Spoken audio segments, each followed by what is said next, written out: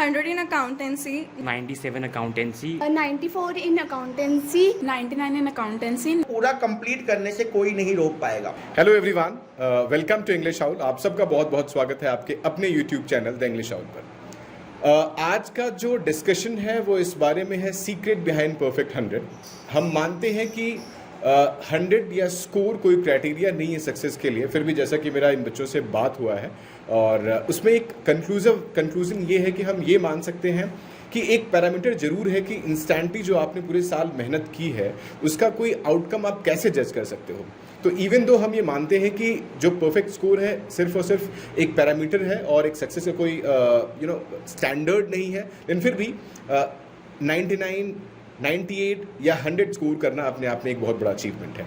So will learn today what is the secret behind perfect 100। सो हमारे साथ वो कुछ सेलेक्टिव बच्चे हैं जिन्होंने 98, 99 या परफेक्ट 100 स्कोर किया है। सो उनसे हम ये जानेंगे और आप सब ये सीख सकते हैं कि कैसे आप अपने बोर्ड एग्जाम्स में या जो रिस्पेक्टिव बोर्ड एग्जाम्स हैं या जो भी रिस्पेक्टिव एग्जाम्स हैं उसमें हम कैसे अच्छा कर सकते हैं। और मैं ज़रूर ये कहूँगा कि आप इसलिए पागल ना हो या परेशान ना हो कि नहीं मुझे 100 ही लेकर के आना है, क्रेजी ना हो उन चीज़ों को लेकर के, लेकिन आप अपनी मेहनत में कोई कसर ना छोड़ें। इन सब चीज़ों के बारे में इन डिटेल जानेंगे हम इन बच्चों के साथ। तो चलिए स्टार्ट करते हैं।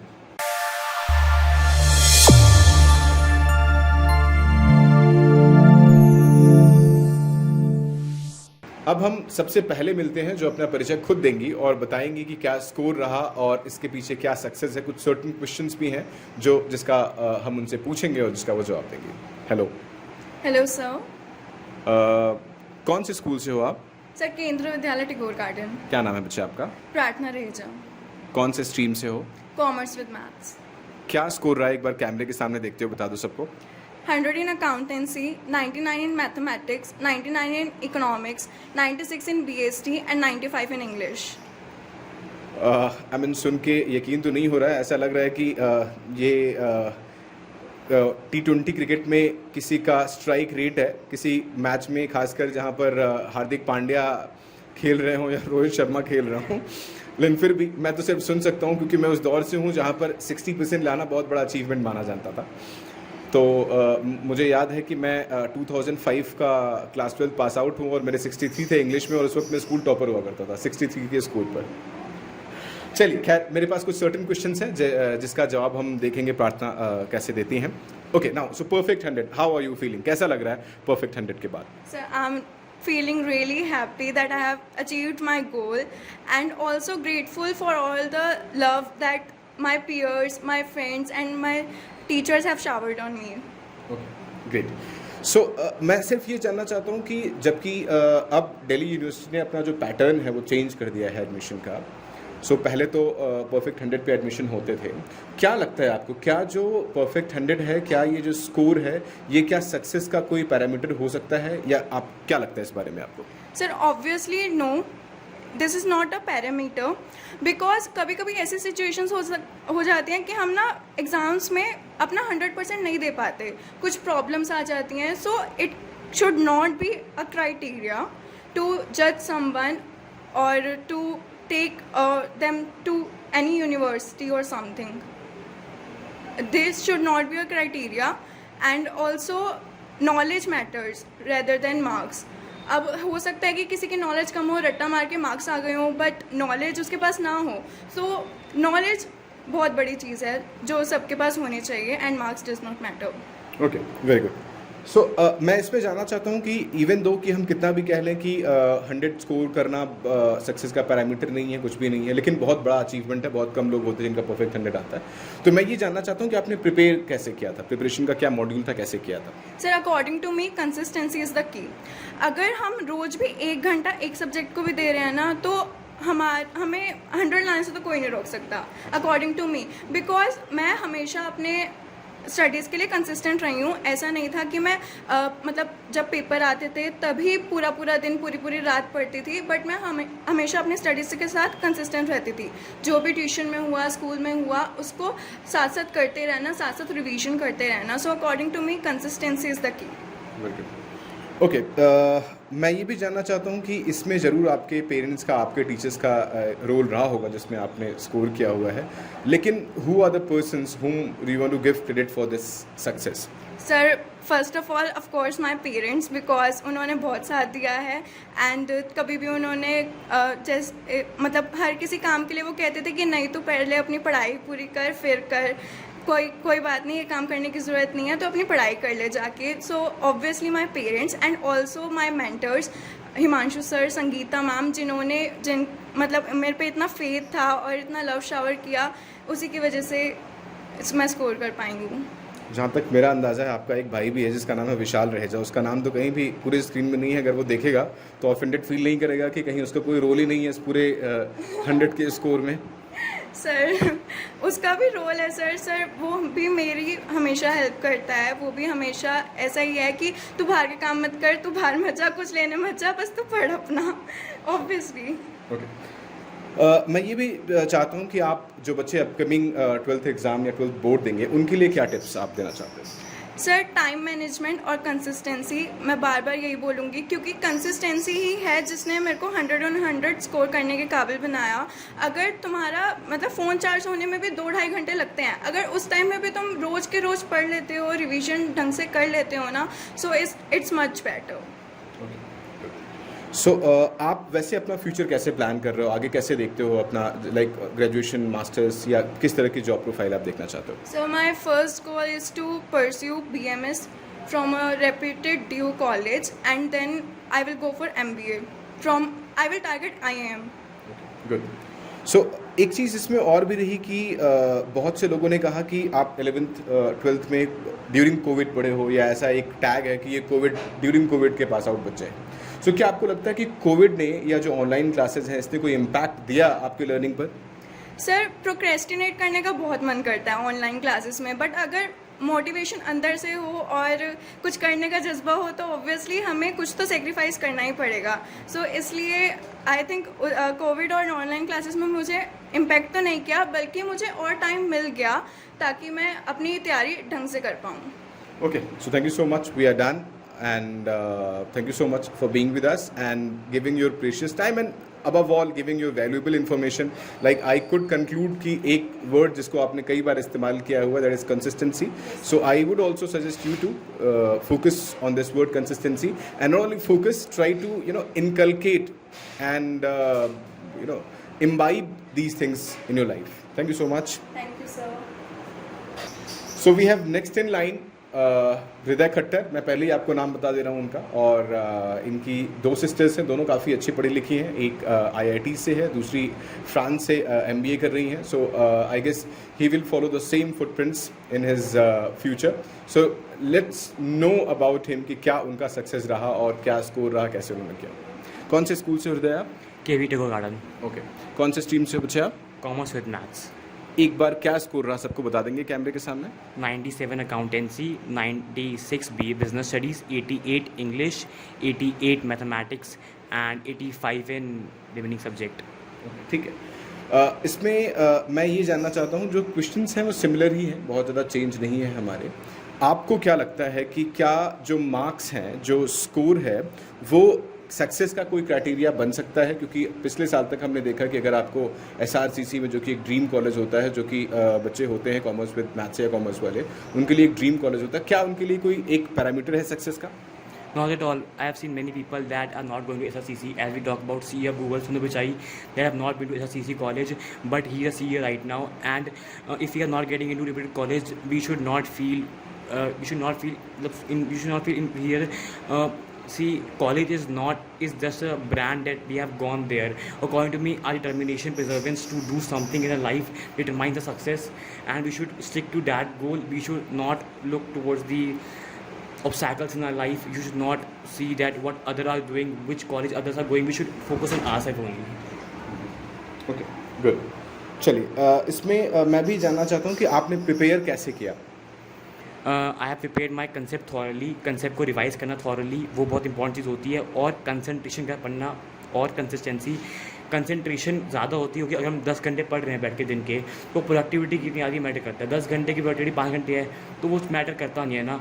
10 घंटे की प्रोडक्टिविटी 9 घंटे आ रही है हमारी, तो वो बहुत मैटर करता है। वो किया कैसे आपने, क्या मतलब किस तरीके से आपने जो प्रोडक्टिविटी बताई या जो कंसंट्रेशन बताया वो किस तरीके से किया? बीच में 1 घंटा पढ़ के ब्रेक लेना 20 मिनट का, वो बहुत मैटर करता है। क्योंकि अगर हम रेगुलर पढ़ेंगे तो हमारी प्रोडक्टिविटी का लेवल भी ग्राफ लो जाएगा, मतलब कम होगी हमारी। तो फिर हमें रेगुलर इंटरवल से ब्रेक लेना चाहिए, उसको ध्यान से मैटर करना चाहिए। और फर्स्ट थिंग मेडिटेशन करनी चाहिए हमको, हमारा कंसंट्रेशन का ध्यान बढ़ेगा उससे, वो चीज़ बहुत मैटर करती है। इसमें एक चीज़ जो मुझे समझ में नहीं आई, शायद मैं आप लोगों से अलग अलग पूछना चाहूँगा कि एक स्टैंडर्ड आपको क्या लगता है कि एक अगर बच्चा स्कूल और कोचिंग जाता है, कोचिंग ऑब्वियसली बच्चे जाते ही हैं, हम कितना भी कहें वो बच्चे कोचिंग जाते ही हैं, कितना टाइम उनको डिवोट करना चाहिए अगर वो स्कूल और कोचिंग दोनों पढ़ रहे हैं, और कितना टाइम उनको डिवोट करना चाहिए अगर वो फ्री है, अगर उनका स्कूल नहीं है और कोचिंग भी नहीं है, या कोचिंग है सिर्फ स्कूल नहीं, तो कितना time on an average devote करना चाहिए एक अच्छे स्कोर के लिए?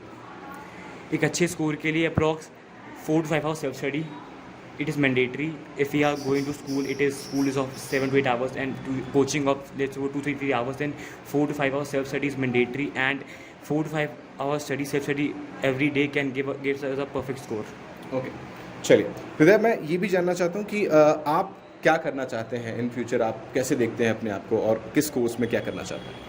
I want to pursue Eco Honors from a reputed college of Delhi University, and I want to pursue next MBA or can do a PhD in Eco Honors only, and I want to apply for RBI jobs. Okay, good. So बहुत अच्छा score रहा है, इस score के लिए किसको credit देना चाहते हो आप?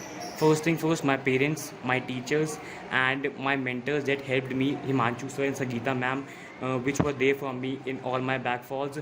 I want to give credit to them.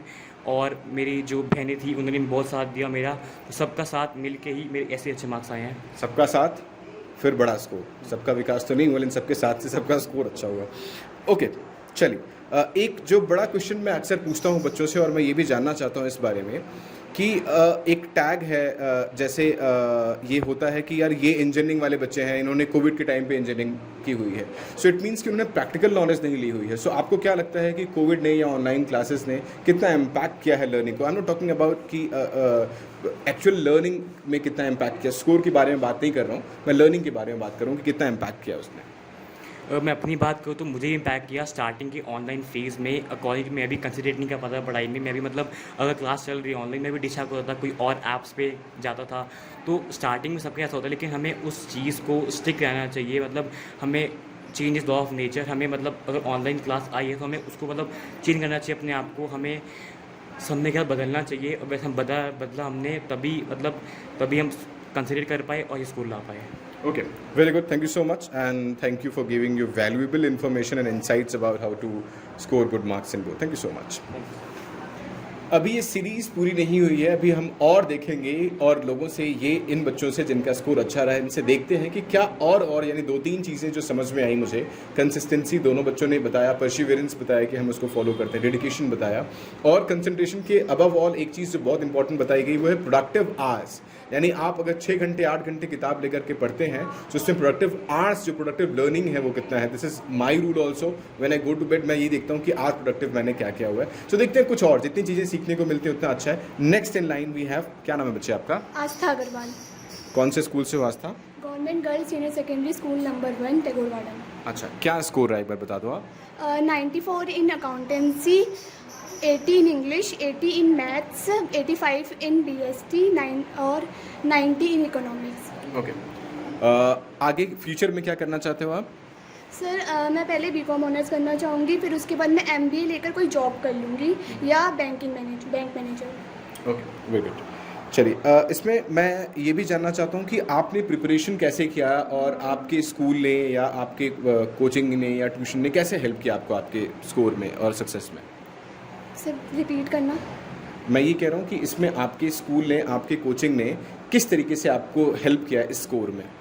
Coaching ने बहुत हेल्प करा है, स्पेशली हिमांशु सर ने बहुत हेल्प करा है। जो हमें होमवर्क देते थे वो हम डेली बेसिस पे करते थे, जिससे हमें कंसेप्ट्स क्लियर हो जाते थे। तो और स्कूल ने भी हेल्प करा, ऐसा नहीं है, बट हम स्कूल बहुत कम गए थे जिसकी वजह से कोचिंग ने ही बहुत हेल्प करा है।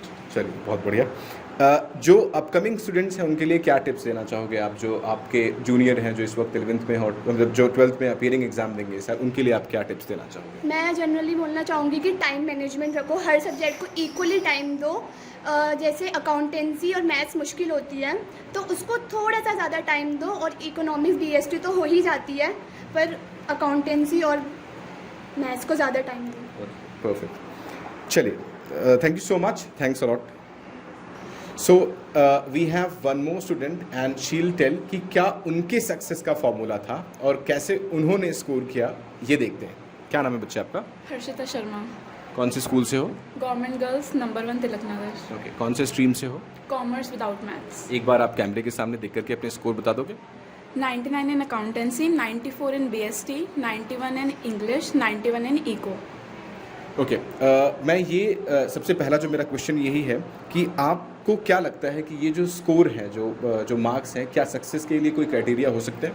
Sir it kind of motivates us, like we can set our limit, like हमें लगता है कि हमने इतना स्कोर कर लिया ना, yes we can do our best in our future, हम अचीव करना चाहते हैं वो हम कर सकते हैं। तो kind of it motivates us, but अकेला ये क्राइटेरिया हम नहीं रख सकते कि हम मार्क्स अगर अच्छे हैं तो ही हम कुछ अचीव कर सकते हैं।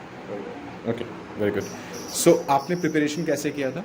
सर मैं एक नाइट स्टडियर हूँ, मतलब मैं नाइट में स्टडी करती थी। यस, मैं दिन में मैं बिल्कुल बहुत मिनिमम टाइम देती थी स्टडी के, नाइट में मैं 5 to 6 आवर्स। एंड उस time social media distraction was सब बिगेस्ट ऑफ माई बैरियर, कि मतलब अगर मेरे को ये लगा था मैं सोशल मीडिया ना उस टाइम पूरा टर्न ऑफ कर देती थी, फ़ोन स्विच ऑफ कर देती थी, एंड देन आई स्टडी कि कंसंट्रेशन नहीं हटना चाहिए ताकि जो कंसेप्ट है वो थॉरोली मेरे माइंड में आ जाए। ओके, सो इट मीन्स कि 5 बजे जगने से बढ़िया है कि 5 बजे तक जग जाओ, यही फॉर्मूला है। लेकिन मुझे एक चीज़ इसमें समझ में नहीं आई कि दिन में सारे काम के बाद अगर तुम रात में 3, 4, 5 घंटे पढ़ती तो सोती कब थी फिर? सर मतलब मोस्टली हमारा जो स्कूल्स हैं वही मिड के बाद स्टार्ट हुए थे, तो मिड तक तो यही वाला शेड्यूल था।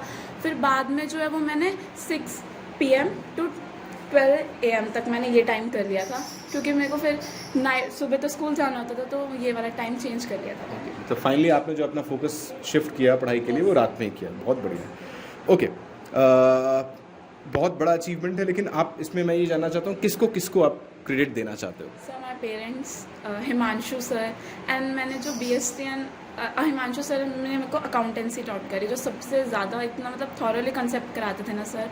एंड देन यूट्यूब से मैंने रजत अरोड़ा सर से भी पढ़ा, और मेरे school teachers they were like really helpful. Okay, good.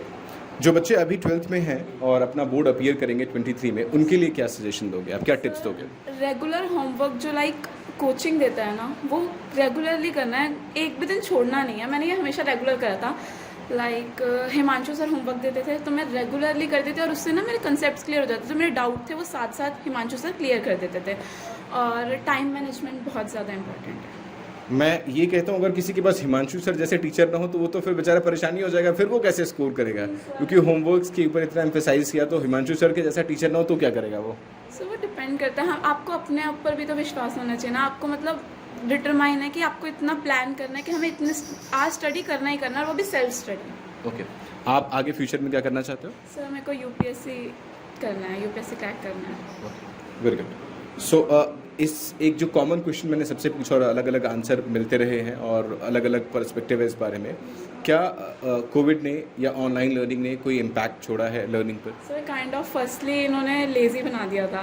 Firstly हम ना लर्निंग तो बिल्कुल छूट ही गई थी, बट बाद में जब व्हेन वी रिमेंबर कि हमें अचीव करना है, कुछ अच्छे मार्क्स लेकर आने हैं, तो फिर हम फिर वापस आए, एंड देन ऑफलाइन क्लासेस भी स्टार्ट हो गई थी। तो offline classes are much better than online. I will prefer that. Yes, चलिए, thank you so much. So I like to introduce Himanshu sir, जिनकी इतनी तारीफ की है बच्चों ने।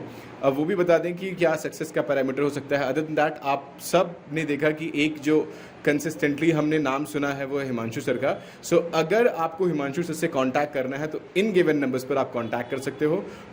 डिस्क्रिप्शन में हम सारा डिटेल दे देंगे उनके बारे में, आप उनसे कांटेक्ट भी कर सकते हो, उनसे मिल भी सकते हो। और अगर ऑनलाइन क्लासेस आपको ज्वाइन करनी है तो आप हिमांशु सर से इन कॉन्टैक्ट नंबर्स पर बात कर सकते हो। इन सारे बच्चों की कन्वर्सेशन में जो 4-5 वर्ड्स मैंने फोकस किया वो था consistency, productivity, hard work, dedication, homework. लेकिन एक नाम जो सब बच्चों ने लगातार नाम लिया वो था हिमांशु सर का। और अब हम खुद हिमांशु से जानते हैं कि उन्होंने किस तरीके से इन बच्चों को प्रिपेयर किया या उनकी क्लासेस में क्या की रहता है जिससे बच्चों ने अच्छा स्कोर किया। सर कुछ बताइए। First of all, congratulations to all the students for scoring good marks in their examination. प्रार्थना रहेजा हमारी बच्ची ने 100 नंबर स्कोर किया, हर्षिता ने 99, इस तरह से बहुत सारे बच्चों ने परफॉर्म किया। इसमें हमारे एफर्ट के साथ साथ बच्चों के एफर्ट बहुत इंपॉर्टेंट है। ये सभी लोग रेगुलरली अपने होमवर्क को परफॉर्म किया करते थे। कभी भी इन्होंने अपना होमवर्क ऐसा नहीं किया आज होमवर्क दिया इन्होंने होमवर्क परफॉर्म नहीं किया। तो एक ही मंत्र है आपको अच्छे स्कोर करने का, 100 लेके आने का, 99 लेके आने का, कि रेगुलर अपनी स्टडी को परफॉर्म कीजिए, रेगुलर अपने होमवर्क को कीजिए और कंसिस्टेंसी बरकरार रखिए। ऐसा नहीं कि आप आखिरी एक महीना पढ़ के 99 100 लेके आ जाएंगे। आपको रेगुलरली और सैम्पल सीरीज सबसे इंपॉर्टेंट है जो हमने फोकस किया था। मोर देन 40 सैम्पल पेपर हम लोगों ने कवर किए थे, चाहे फर्स्ट टर्म रहा हो या सेकेंड टर्म रहा हो। तो फोकस कीजिए सैम्पल पेपर के ऊपर। उससे मेन बेनिफिट ये होता है हम टाइम बाउंडली अपने पेपर को कवर करने के लिए हो जाते हैं। हमारा एक जब हम प्रैक्टिस करेंगे 40 पेपर हमने लगा लिए तो मतलब अब हमें पेपर को पूरा कंप्लीट करने से कोई नहीं रोक पाएगा। जनरली देखा जाता है अकाउंट्स के पेपर के अंदर बच्चे कहते हैं पेपर आता तो था हमारे को लेकिन छूट गया। सर छूटने का कारण क्या है? कारण एक ही है कि प्रैक्टिस नहीं होती। तो रेगुलर प्रैक्टिस करेंगे, रेगुलर होमवर्क करेंगे तो आपके भी आने वाले ईयर के अंदर 100 नंबर आप भी एग्जाम में आसानी से लेके आ पाएंगे। ओके, इसमें मेरा एक जो बड़ा क्वेश्चन है कि पिछले 2 सालों से बीइंग टीचर जो टीचर जगल कर रहे थे ऑनलाइन और ऑफलाइन कोचिंग में, और रिसेंट ईयर्स में जो बड़े बिग नेम्स हैं, बिग गन्स हैं ऑनलाइन एजुकेशन में, वो भी ऑफलाइन कोचिंग की तरफ मूव किया हुआ है। सो मैं यहाँ पर जानना चाहता हूँ कि अगर इन केस आपको पहले क्या लगता है कि ऑनलाइन लर्निंग में या एज अ टीचर पढ़ाते हुए ऑनलाइन और ऑफलाइन पढ़ाने में क्या फ़र्क हम महसूस कर पाते हैं या आप महसूस कर पाते हैं? सर देखिए दोनों में एज सच कोई प्रॉब्लम नहीं है। नॉलेज डिलीवरेंस दोनों के अंदर एज यूजुअल इक्वली होता है। बस प्रॉब्लम थोड़ी सी इस एज पे आती है, डिसिप्लिन की प्रॉब्लम आती है बच्चों के एंड से। अगर आप ऑनलाइन एजुकेशन को भी प्रॉपर डिसिप्लिन्ड वे से करोगे, डेली होमवर्क कवर करोगे तो आपको कोई दिक्कत आने वाली नहीं है, वो गारंटी है।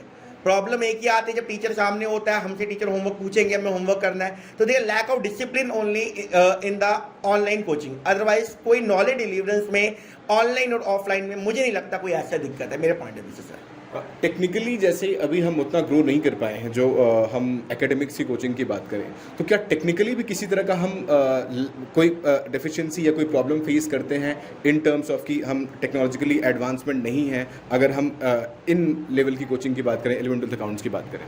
सर अगर हम अपनी बेसिकली बात करते हैं दिल्ली, बॉम्बे, कलकत्ता, मद्रास की बात करते हैं यानी सिटीज़ की बात करते हैं तो यहाँ ऐसी कोई दिक्कत, टेक्नोलॉजी कोई दिक्कत वाली बात नहीं है। अगर रेयर कोई बहुत इंडिया के विलेज एरिया में कहीं जा रहे हैं तो वहाँ बच्चों को प्रॉब्लम फेस हो सकती है। लेकिन अगर हम मेट्रोपॉलिटन की बात करें तो सर ऐसी यहाँ कोई दिक्कत वाली कोई बात सच नहीं है। बस एक ही दिक्कत है जो बच्चों का डिसिप्लिन अगर मेंटेन होगा तो वो ऑनलाइन पढ़े या ऑफलाइन पढ़े फर्क कहीं भी नहीं आएगा। सर जो मैं आपकी बातों से समझ पा रहा हूँ कि जो एक एम्फेसाइज किया हमने होमवर्क के केस में, तो अगर बच्चा ऑनलाइन लर्निंग के मूड में जा रहा है तो वो उस वक्त होमवर्क कैसे करेगा और हम कैसे चेक कर पाएंगे? सर होमवर्क चेक करने में थोड़ा सा इशू रहता है ऑनलाइन के केस के अंदर। तो वहाँ तभी के डिसिप्लिन की बात की, सेल्फ जिसको बोले सेल्फ डिसिप्लिन, तो from the side of student वो आना बहुत जरूरी है। अगर वो नहीं आएगा तो फिर कहीं ना कहीं तो लैग बिहाइंड रह ही जाएगा। तो उसको बोलेगा self discipline from the point of view student. Because reason का ऑफलाइन में हम चेक कर लेंगे लेकिन ऑनलाइन में रेगुलर होमवर्क चेक करना प्रैक्टिकली फिजिबल नहीं होता। तो वहाँ बच्चे का अपने प्रति डिसिप्लिन होना चाहिए। बेसिकली अकाउंटेबिलिटी अपने आप को होनी चाहिए, खुद आईने में देख के बात करने की हाँ मैंने किया या मैंने नहीं किया। तो वहाँ वो बच्चा अपने आप का खुद का ही टीचर है, खुद ही सेल्फ डिसिप्लिन है, अपना रास्ता खुद ही तैयार कर रहा है। हाँ बस कॉन्सेप्चुअली हम उसको पूरे का पूरा गाइड कर रहे हैं कैसे चलना है, लेकिन डिसिप्लिन उसको खुद मेंटेन करना पड़ेगा, सेल्फ डिसिप्लिन जिसको कह सकते हैं। मैं ये चाहता हूँ कि आप जो बच्चे अभी इस साल 12th में यानी 2023 में जो 12th में अपीयर करेंगे, सो बीइंग टीचर आप उनको क्या एडवाइस देना चाहते हो? क्योंकि अब तो जो लर्निंग है वो ऑफलाइन हो रही है, ऑनलाइन भी हो रही है, तो आप उनको क्या एडवाइस देना चाहोगे कि वो अच्छा स्कोर कर पाए? सर मेरी एक ही एडवाइस है, फोकस ऑन द कॉन्सेप्ट, रट्टाफिकेशन में काम नहीं करना। आप कोई भी चीज़ पढ़ रहे हो कॉन्सेप्ट पे फोकस करो। पहला बात, डेली आप जैसे हम बात करते हैं अकाउंटेंसी की बात करें या मैथमेटिक्स की हम लोग बात करते हैं, ये प्रैक्टिकल सब्जेक्ट है तो आप इनकी जितनी प्रैक्टिस करोगे उतना ही आपके लिए बेस्ट रहेगा, उतना ही आपका जो एग्जामिनेशन है पूरे के पूरे आवर में कंप्लीट हो पाएगा। तो प्रैक्टिस पे फोकस करना है, रेगुलर काम करना है। आज की काम को कल पे नहीं टालना। अगर टालोगे आज के काम को कल तो एक चैप्टर खत्म हो जाएगा, फिर एक बुक खत्म हो जाएगी, फिर आप उसको पकड़ नहीं पाओगे। तो कोशिश करो जब भी ट्यूशन का काम हो, उस दिन का काम या स्कूल का काम, कहीं का भी काम, उस दिन के काम को कोशिश करो शाम तक कंप्लीट कर लो। उसको आप पेंडेंसी में मत डालो। जब पेंडेंसी में जाएगा तो वो 3 दिन के बाद करने की जरूरत नहीं पड़ेगी, क्योंकि वो टॉपिक खत्म हो जाएगा, जीरो हो जाएगा वो। तो आप उसी दिन कोशिश करो उसको खत्म कर लो। डैट इज ये एक बेस्ट टेक्निक है अच्छा स्कोर करने के एग्जामिनेशन। सर मेरा लास्ट क्वेश्चन ये है कि फोकस कहाँ रहना चाहिए, लर्निंग के ऊपर या स्कोर के ऊपर? सर देखो सिंपल सी बात है, अगर लर्निंग पे फोकस करोगे तो स्कोर ऑटोमेटिकली अपने आप आ ही जाएगा। ठीक है, तो स्कोर पे फोकस नहीं कीजिए, आप लर्निंग पे फोकस कीजिए। Focus on the concept, focus on rigorous practice, आपका रिजल्ट अपने आप आएगा। वो झक मार के अपने आप पीछे पीछे भागे हुए स्कोर आ जाएंगे। तो you have to focus only on the concept and rigorous practice and be loyal to yourself, be accountable to yourself, be honest to yourself. That's all, this is the mantra for scoring a good marks in the examination, none other than. Okay, so thank you so much. These are the golden words by Himanshu sir, who have produced perfect 100 from the students, and more than 5 or 7 students above 90, 95 or 98 in class 12th. So जैसा कि मैंने पहले बताया, अगर आप Himanshu sir से contact करना हो तो इन नंबर्स पे कांटेक्ट कर सकते हैं। ऑनलाइन लर्निंग के लिए डायरेक्टली आप इस नंबर पे उनको रीच आउट कर सकते हैं। सो आई होप कि ये सेशन आपको पसंद आया होगा, और आप please do share it with all your students and friends, and please subscribe this channel. If you have any issue, if you want to ask anything, अगर कुछ पूछना है आपको, so you can ask in comment section. Thank you so much.